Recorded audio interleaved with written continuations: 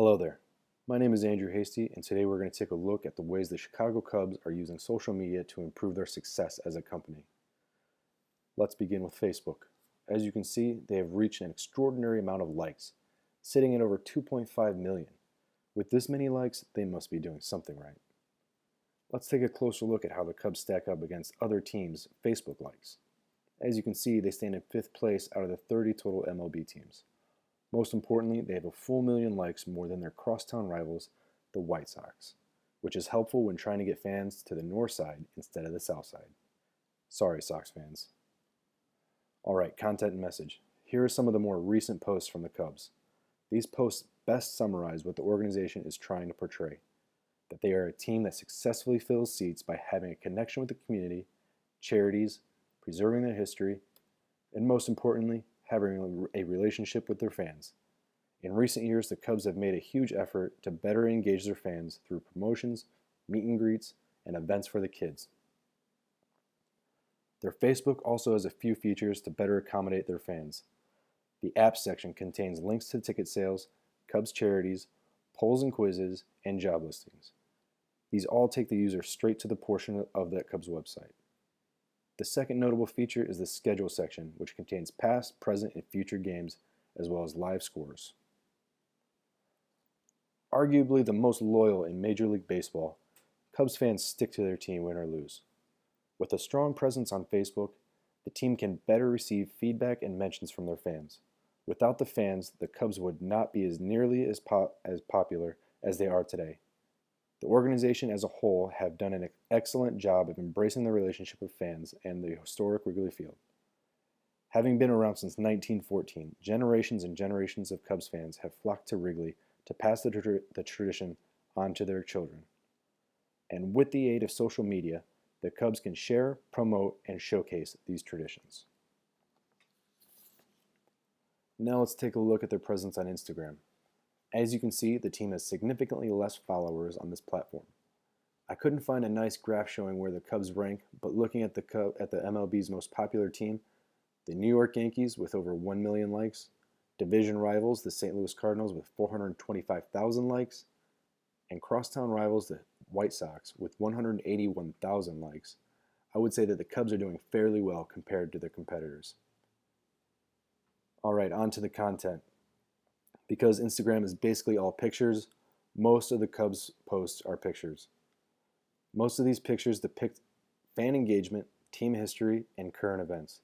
Nothing too flashy, but simple and consistent. Now let's move on to the team's Twitter page. Similarly to their Instagram, the Cubs have significantly less followers than the New York Yankees, slightly more than the Cardinals, and significantly more than the Sox. So again, they're doing fairly well on this platform. From what I can see, Twitter is where the Cubs do most of their fan engagement. They promote positive works through hashtags, respond to individual fans quite often, and retweet players' posts. Recently, at spring training, Cubs slugger Kyle Schwarber shattered a fan's windshield with one of his home run balls. The fan tweeted the picture of the windshield, and others retweeted. Kyle noticed and retweeted while tagging a glass repair company and ended up getting the fan's windshield replaced. By simply retweeting and tagging, the Cubs and Kyle Schwarber helped out a fan, showed that they care, and promoted another company. Winning situation all around.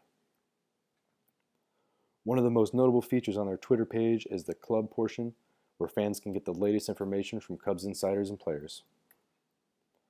Surprisingly, the Chicago Cubs have a very large following on Pinterest with 1.1 million followers, and they have done an exceptional job of organizing their page. Let's take a look at some of the boards the Cubs are posting. As you can see, the first 10 boards are essential categories. They have pictures of the stadium, alumni, fans, which is really important since people love seeing their picture on the internet, charity projects, celebrities, and merchandise.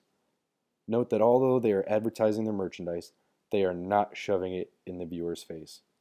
It's just there among the other boards.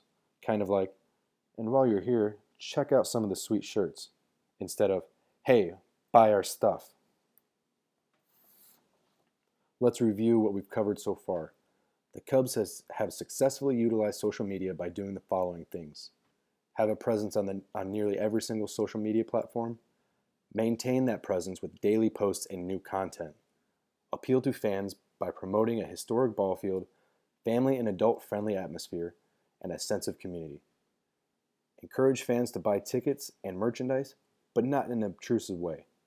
Simply make the product available, but don't cram it down their throats. And lastly, engage the fans and community. The last point I want to make is that although the Cubs are notorious for losing, they still put fans in the seats. Even though the Cubs are ranked 6th for average game attendance, they have a 42,500 total seats, which means at 36,500 attendance average, that's an 85% fill-up rate, which is pretty good considering they're the only team in the top 6 to not win a World Series in the last 20 years, or even a century for that matter.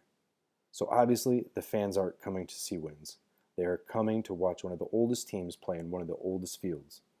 The franchise has filled seats by promoting this history, culture, and atmosphere with the use of social media.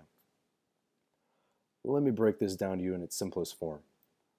The more likes and followers the Cubs get through social media, the more fans they have. The more fans they have, the more tickets and merchandise they sell. The more they sell, the more money they receive. And with this money, they can bring in better players, update facilities, and do more for their fans, all to the credit of a strong social media presence. And on that note, I will conclude this presentation.